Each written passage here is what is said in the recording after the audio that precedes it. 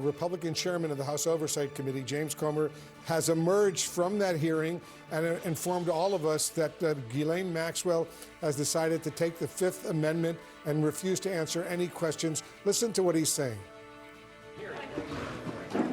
Ready? As expected, Ghislaine Maxwell took the Fifth and refused to answer any questions. This obviously is very disappointing. We had many questions to ask about the crimes she and Epstein committed, as well as questions about potential co-conspirators.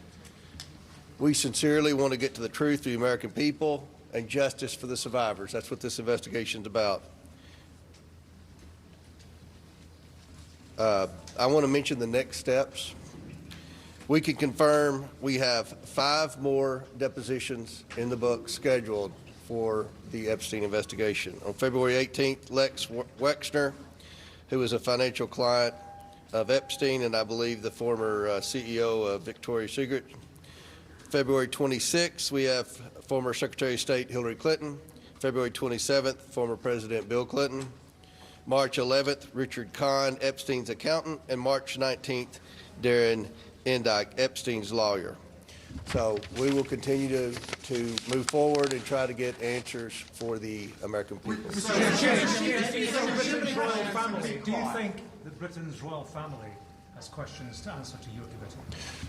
Well, we would love to hear, from anyone. Obviously, I can't subpoena in foreign countries, or I would have done that in the Biden investigation. But do you have anything to add, Andy? I'll just add one thing that the attorney for Ms. Maxwell said that she has no indication and would say that neither Presidents Trump or Clinton are culpable for any wrongdoing, and that's one thing they said in his opening statement to us today. But was Ghislaine Maxwell put under pressure to stay silent? What's that? Was Ghislaine Maxwell put under pressure to stay silent today? Well, I have no idea. Is that your suspicion? How would I have no idea. I mean, she was given an opportunity. We would have brought her in months ago, but she's indicated she was going to plead the Fifth. And unfortunately, she had an opportunity today to answer questions that every American has, questions that would be very important in this investigation, and she chose to invoke her Fifth Amendment rights. Is there different what her lawyer said about President Trump and Clinton, and do you think that there's anything more to do with Ghislaine Maxwell now that she pled the Fifth? Correct me if I'm wrong, just to be clear, what her attorney said, Maxwell didn't say, her attorney said that she would answer questions if she were granted clemency by the president, Trump, and that she went on to say about Clinton and but he went on to expand that. The other thing is he pointed out a number of times that she has a habeas corpus petition pending for a new trial and release, and that's why she is not going to answer questions. I know that those conversations are ongoing. They would like them to be public. Is your understanding still that we're looking at those same February dates and they're going to be private? Yeah, that's what they agreed to, and they will be public, just like this will be public hopefully very soon. We've released every transcript and every video and audio of every deposition we've done since I've been chairman of the committee. Mr. Chairman, does the committee have any plans to subpoena Commerce Secretary Howard Lutnick, given the revelations? We're going to try to get these 5 nailed down.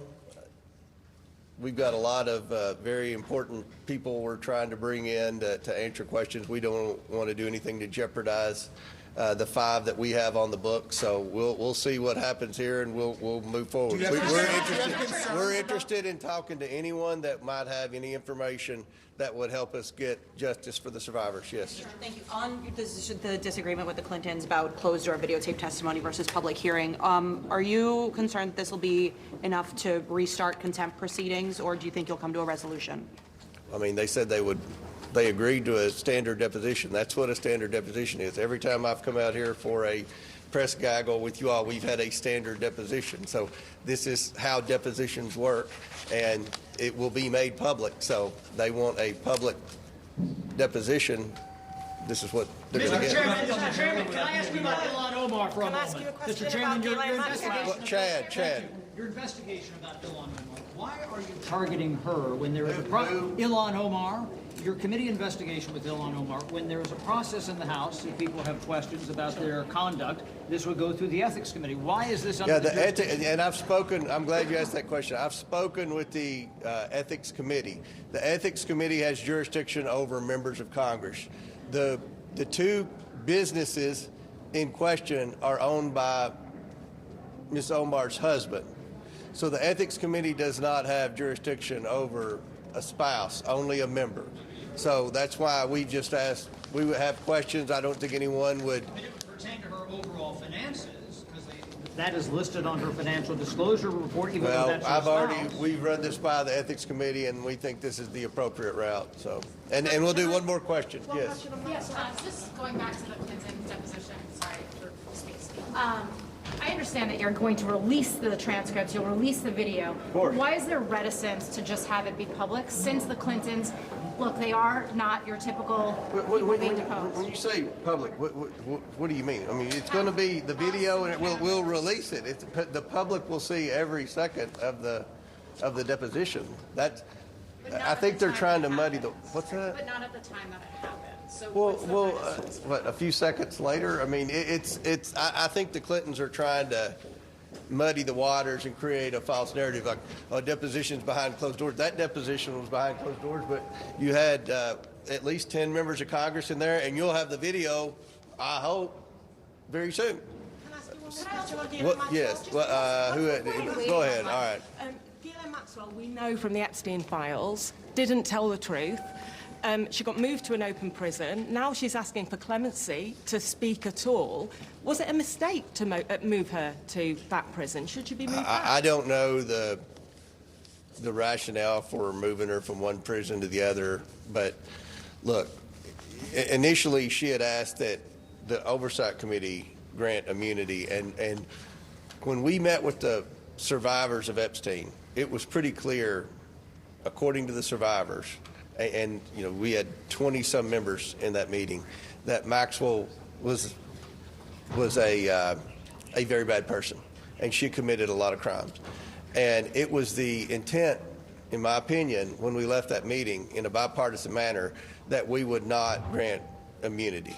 Now, what she said today, she's asked for clemency from the president. So I personally, for the reasons you just stated, don't think she should be granted any type of immunity or clemency.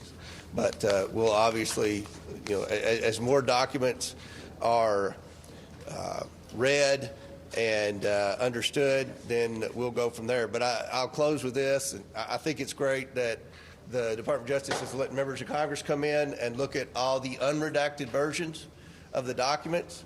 Attorney General Bondi is doing what she was supposed to do via our subpoena first on the House Oversight Committee, as well as the Epstein Transparency Act.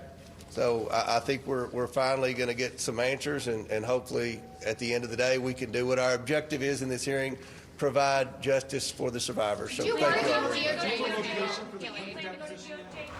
All right, so there you have the chairman of the House Oversight Committee, James Comer, explaining what's going on right now. Ghislaine Maxwell pleading the fifth, refusing to answer questions before his committee. That's right. And he also, there was also mention of what the attorney for Ghislaine Maxwell said at the very beginning, saying that neither Presidents Trump or Clinton are culpable for any wrongdoing. So that's from Ghislaine's attorney, but Ghislaine herself pleading the fifth. And he was asked about the fact that Ghislaine Maxwell was moved by this administration to a minimum security prison. And of course, she's asking for clemency from President Trump to speak to the committee. And you heard there the Chairman Comer say, I don't understand the rationale for moving her, but of course he didn't weigh in on whether that was the right move or not. So that is what we just heard there was important, and we're also expecting more testimony, depositions.